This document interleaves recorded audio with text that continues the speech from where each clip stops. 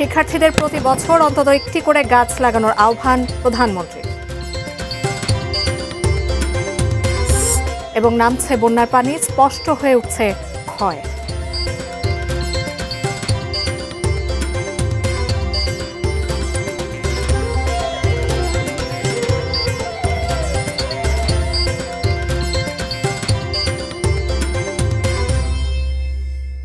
দেখছেন ATN news. দেশের খবরে আপনাদের সবাইকে আমন্ত্রণ জানাচ্ছি। আমি জান্নাতুন নাহার জাকিয়া। এতক্ষণ নাসির সিনট্যাক্স গ্রুপের সৌজন্যে সংবাদ শিরোনামগুলো শুনছিলেন। প্রধানমন্ত্রী তারেক রহমান বলেছেন, সামাজিক, পারিবারিক ও নৈতিক মূল্যবোধের শিক্ষা শিশুদের মননে প্রবেশ করাতে হবে। শিক্ষার পাশাপাশি সংস্কৃতি সম্পর্কেও তাদের শিক্ষা দিতে হবে। সারা দেশের প্রাথমিক স্কুলগুলোর শিক্ষকদের কাছে এই আহ্বান জানান তিনি। বুধবার সকালে রাজধানী বাংলাদেশ চিনমতি সম্মেলন কেন্দ্রে প্রাথমিক ও গণশিক্ষা মন্ত্রণালয় আয়োজিত প্রাথমিক শিক্ষা পদক অনুষ্ঠানে তিনি এসব কথা বলেন। প্রধানমন্ত্রী বলেন, শিশুদের পড়াশোনার পাশাপাশি খেলাধুলায় অংশ নিতে উৎসাহিত করতে হবে।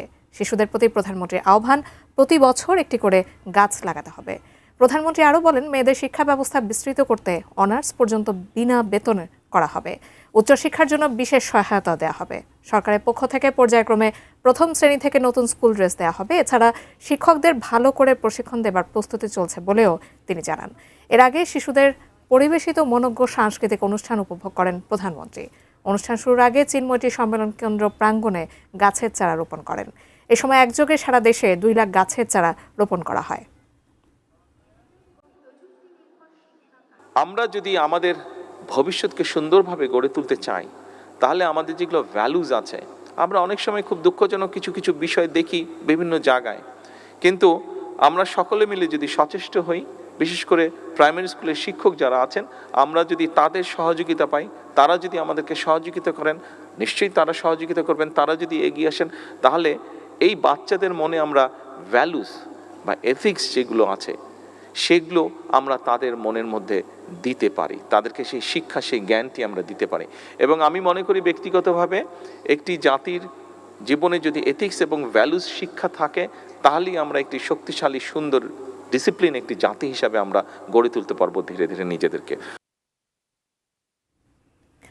প্রতিকূল আবহাওয়া কিংবা অন্য কোনো কারণে যারা চলমান এইচএসসি ও সমমানের পরীক্ষার কোনো বিষয়ে অংশগ্রহণ করতে পারেননি, তারা চট্টগ্রাম শিক্ষা বোর্ডে স্থগিত হওয়া সংশ্লিষ্ট বিষয়ের অভিন্ন প্রশ্নপত্রে পরীক্ষা দিতে পারবেন। সংসদের 300 বিধিতে এক বিবৃতিতে এমনটাই জানিয়েছেন শিক্ষামন্ত্রী। সারা দেশে চলমান এসএসসি ও সমমান পরীক্ষা 2026-এ সারা দেশে 2697টি পরীক্ষা কেন্দ্র রয়েছে।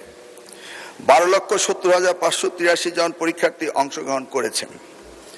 সম্প্রতি ভারী বর্ষণ ও বৈরী আবহাওয়ার কারণে চট্টগ্রাম শিক্ষা বোর্ডের অধীনস্থ 5টি জেলা তথা চট্টগ্রাম, কক্সবাজার, খাগড়াছড়ি, রাঙ্গামাটি ও বান্দরবনে অনুষ্ঠিতব্য পরীক্ষা স্থগিত করা হয়েছে।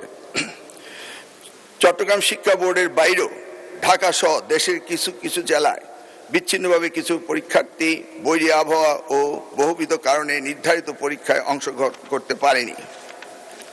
মাননীয় স্পিকার, প্রতিকূল আবহাওয়া কিংবা সংশ্লিষ্ট অনিবার্য কারণে যারা চলমান এইচএসসি ও সমমান পরীক্ষা 2026 এর কোনো বিষয়ে অংশগ্রহণ করতে পারেনি, তারা চট্টগ্রাম শিক্ষা বোর্ডের ইতিমধ্যে স্থগিত হওয়া সংশ্লিষ্ট বিষয়ে অভিন্ন প্রশ্নপত্রে শিক্ষা মন্ত্রণালয় কর্তৃক নির্ধারিত একই তারিখে ওই সময়ে পরীক্ষা অংশগ্রহণ করতে পারবেন।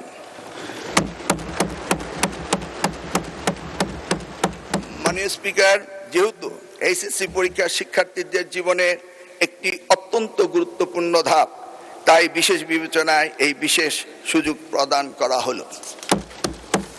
মাননীয় স্পিকার, পদার্থবিজ্ঞান প্রথম পত্রে ভুল প্রশ্নপত্র প্রণয়নের দায়ী ব্যক্তিদের ইতিমধ্যেই সাময়িক বরখাস্ত করা হয়েছে। মাননীয় স্পিকার, আমি আবারও আশ্বস্ত করছি, পদার্থবিজ্ঞান প্রথম পত্র 6 নম্বর প্রশ্ন এবং 7 নম্বর প্রশ্নে যে ভুল হয়েছে তার জন্য পরীক্ষার্থীদের পূর্ণ নম্বর দেওয়া হবে। কক্সবাজারে নেই ভারী বৃষ্টিপাত। দুর্গত অঞ্চল থেকে বন্যার পানি নেমে যাওয়ায় ভেসে উঠছে বন্যার ক্ষতচিহ্ন।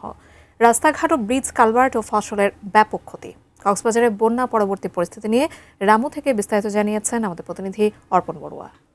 গত 3 দিন ধরে কক্সবাজারে বৃষ্টিপাত নেই, কখনো মেঘ আবার কখনো ভারী বৃষ্টিপাত না হলেও গুড়ি গুড়ি বৃষ্টিপাত রয়েছে। এই মুহূর্তে আমি রয়েছে কক্সবাজারের রামুতে আপনি দেখতে পাচ্ছেন ফসলি মাঠগুলো বন্যা পরিস্থিতির কারণে ডুবন্ত অবস্থায় ছিল। এখন পানি একেবারে পুরোপুরি নেমে গিয়েছে বলা যায়, তবে কিছু কিছু জায়গায় এখনো পর্যন্ত বন্যার পানির কারণে জলাবদ্ধতা তৈরি হয়েছে। আপনি নিশ্চয়ই জানেন কক্সবাজারের টানা বর্ষণের কারণে ৭০টি ইউনিয়নের ৫০% নিম্নাঞ্চল প্লাবিত হয়েছে। ইতিমধ্যে আমরা জেনেছি পানিবন্দী মানুষগুলো ছিল তারা আসলে ঘরে ফিরতে শুরু করেছে। অনেকেই বেশিরভাগ মানুষ ঘরে অবস্থান করছে। প্রশাসনের একটি প্রতিবেদনে উল্লেখ করা হয়েছে যে টানা বর্ষণের কারণে সৃষ্ট বন্যা পরিস্থিতিতে ১৬১৩টি বসতঘর ক্ষতিগ্রস্ত হয়েছে, পাশাপাশি ৩০টি শিক্ষা প্রতিষ্ঠান ক্ষতিগ্রস্ত হয়েছে। এই বন্যা পরিস্থিতির কারণে ২০৪৪ কিলোমিটার সড়ক ক্ষতিগ্রস্ত হয়েছে, ধসে পড়েছে ৭৯টি সেতু কালভার্ট, অর্থাৎ গ্রামীণ অবকাঠামোর কিন্তু ব্যাপক ক্ষতি হয়েছে বলে আমরা জানতে পেরেছি। আরেকটি বিষয় জানাতে চাই, বন্যা পরবর্তী পরিস্থিতিতে এখানে বিশেষ করে ডায়রিয়া সহ নানান পানিবাহিত রোগের প্রাদুর্ভাব বেড়েছে। এই রোগীদেরকে আসলে হাসপাতালে চিকিৎসা দেওয়া হচ্ছে এবং পানি বিশুদ্ধীকরণ ট্যাবলেট সহ পানিবাহিত রোগের প্রাদুর্ভাব কমাতে স্বাস্থ্য বিভাগ আসলে নানান উদ্যোগ গ্রহণ করেছে বলে আমরা জানতে পেরেছি।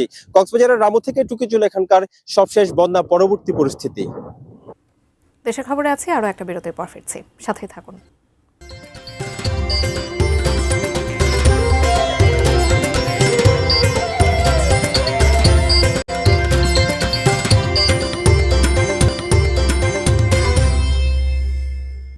আপনারা দেখছেন দেশের খবর।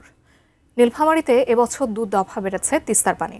বন্যা না হলেও বন্যা আতঙ্কে দিন কাটছে নদী পাড়ে মানুষের। বিস্তারিত জানাতে নীলফামারী থেকে সরাসরি যুক্ত হচ্ছেন আমাদের প্রতিনিধি মিলাদুর রহমান মামুন। নীলফামারীতে এবছর কি অবস্থা তিস্তা নদীর পানি, কারণ বাসিন্দা যারা আছেন তারা বেশ আতঙ্কেই আছেন বন্যার। ধন্যবাদ যাকে। আপনি জানেন যে আসলে বাংলাদেশে গত কয়েকদিন থেকে কিন্তু তীব্র এবং ভারী বৃষ্টিপাত হচ্ছে এবং একই সাথে যে ভারতের যে উত্তরে অর্থাৎ দার্জিলিং, জলপাইগুড়ি ওই অঞ্চলটাতে কিন্তু ভারী বৃষ্টিপাতের কারণে কিন্তু এই তিস্তা সহ নীলফামারীর যে অন্যান্য নদ নদীগুলো আছে সেগুলো কিন্তু পানি বৃদ্ধি হয়েছে। আমরা যদি আসলে তিস্তার রেকর্ডটি এভাবে বলি যে গত মাসের ২৪শে জুন একবার তিস্তার পানি বিপদ সীমা ছাড়িয়েছিল, তবে ১-২ সেন্টিমিটার বেড়ে কিন্তু পানি আবার কমে গিয়েছিল। সর্বশেষ গত ১৩ই জুলাই গত পরশুদিন সন্ধ্যার দিকে কিন্তু তিস্তার পানি বিপদ সীমা ছাড়িয়েছিল। আপনাকে একটু বোঝানোর স্বার্থে বলি যে আসলে ৫২.১৫ মিটারকে বলা হয় তিস্তার বিপদ সীমা। তো সেদিন কিন্তু তিস্তার পানির বিপদ সীমার ৫২.২৫ অর্থাৎ ১০ সেন্টিমিটার উপরে উঠেছিল। এর কারণে কিন্তু একেবারে নিম্নাঞ্চলের যে বাড়িঘর সেগুলোতে কিন্তু কিছুটা পানি উঠেছিল। তবে রাত পেরিয়ে যখন সকাল হয় করে এবং ১১টা নাগাদ পানি কিন্তু একেবারে বিপদসীমার নিচে নেমে যাচ্ছে। আসলে এরকমই উঠানামার মধ্যে দিয়ে আছে। তিস্তা অঞ্চলের মানুষ একটা ভয় আছে কখন পানি বাড়ে, সে আশঙ্কায় তারা দিন কাটছে। তো এখন পর্যন্ত বড় ধরনের বন্যার আশঙ্কা নেই। তারা ওই ধরনের একটা প্রস্তুতি নিয়ে আছে, যদি বড় ধরনের বন্যা হয় তারা আসলে সেদিকে সামনে নেবে। এই জন্য পানি উন্নয়ন বোর্ড এবং প্রশাসন প্রস্তুত আছে। নীলফামারীর বন্যা পরিস্থিতি নিয়ে এই ছিল আমার কাছে। মামুন, ধন্যবাদ আপনাকে। দর্শক, নীলফামারী থেকে মিলাদুর রহমান মামুন আমাদের সঙ্গে সংযুক্ত হয়েছিলেন। বন্যায় ক্ষতিগ্রস্তদের সরকারি উদ্যোগে পুনর্বাসন করা হবে বলে জানিয়েছেন বিদ্যুৎ, জ্বালানি, খনিজ সম্পদ মন্ত্রণালয়ের প্রতিমন্ত্রী অনিন্দ্য ইসলাম অমিত। সকালে বান্দরবান শহরের বালাঘাটার আমবাগান এলাকায় বন্যা ক্ষতিগ্রস্ত এলাকা পরিদর্শন ও ত্রাণ বিতরণ শেষে তিনি সাংবাদিকদের একথা বলেন। আগামী দিনগুলোতে পুনর্বাসন কর্মসূচিতে আমরা মনোযোগ দিতে চাই। বিশেষ করে পানি নেমে গেছে কিন্তু এখনো বাসা বাড়িগুলোতে কর্দমাক্ত হয়ে গেছে, সেগুলোকে কিভাবে পরিষ্কার করে থাকে বসবাস উপযোগী করা যায় সেটি নিয়ে আমরা কাজ করছি। এবং আপনারা জানেন সরকার অঙ্গীকার করেছে বন্যার কারণে যে সমস্ত ঘরবাড়িগুলো বসবাস অনুপযোগী হয়ে গেছে, বিভিন্ন কারণে ভেঙে গেছে, সেগুলো মেরামতের জন্য প্রয়োজনীয় নির্মাণ সামগ্রী আমরা সরকারের তরফ থেকে ইনশাআল্লাহ দিব। ঢাকার ধামরাইয়ে সম্পূর্ণ প্রস্তুত ৪০০ বছরের ঐতিহ্যবাহী ও এশিয়া মহাদেশের দ্বিতীয় বৃহত্তম শ্রী শ্রী যশো মাধবদেবের কাঠের রথটি। আগামীকাল শুরু হবে এই রথযাত্রা। এরই মধ্যে সব প্রস্তুতির কাজ শেষ করেছে আয়োজক কমিটি ও উপজেলা প্রশাসন। বিস্তারিত জানাতে ধামরাই থেকে সরাসরি যুক্ত হচ্ছেন আমাদের প্রতিনিধি মনোয়ার হোসেন রুবেল, রথযাত্রার প্রস্তুতি নিয়ে আপনার কাছ থেকে বিস্তারিত জানতে চাই। জাকিয়া, আমি এই মুহূর্তে রয়েছি ধামরাই পৌরসভা শহরে যে শ্রী শ্রী যশোমাধবের রথযাত্রা, এই রথের সামনে। আমি যদি আপনাকে একটু বলি যে ইতিমধ্যে কিন্তু আয়োজক কমিটি এবং উপজেলা প্রশাসন সকল ধরনের প্রস্তুতি শেষ করেছে। আমরা দেখেছি যে গত এই কয়েকদিন ধরেই ব্যাপক আয়োজন কিন্তু করেছে এই উপজেলা প্রশাসন এবং এই আয়োজক কমিটি।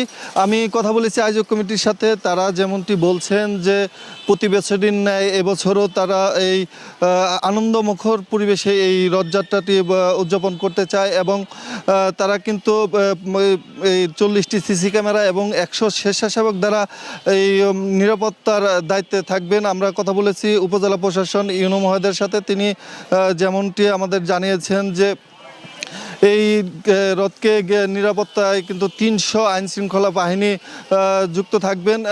আমি আরেকটা তথ্য জানিয়ে রাখি জাকিয়া, আগামীকাল বিকেলে কিন্তু এই অনুষ্ঠানে উদ্বোধন করবেন জাতীয় সংসদের চিফ হুইপ নুরুল ইসলাম মনি।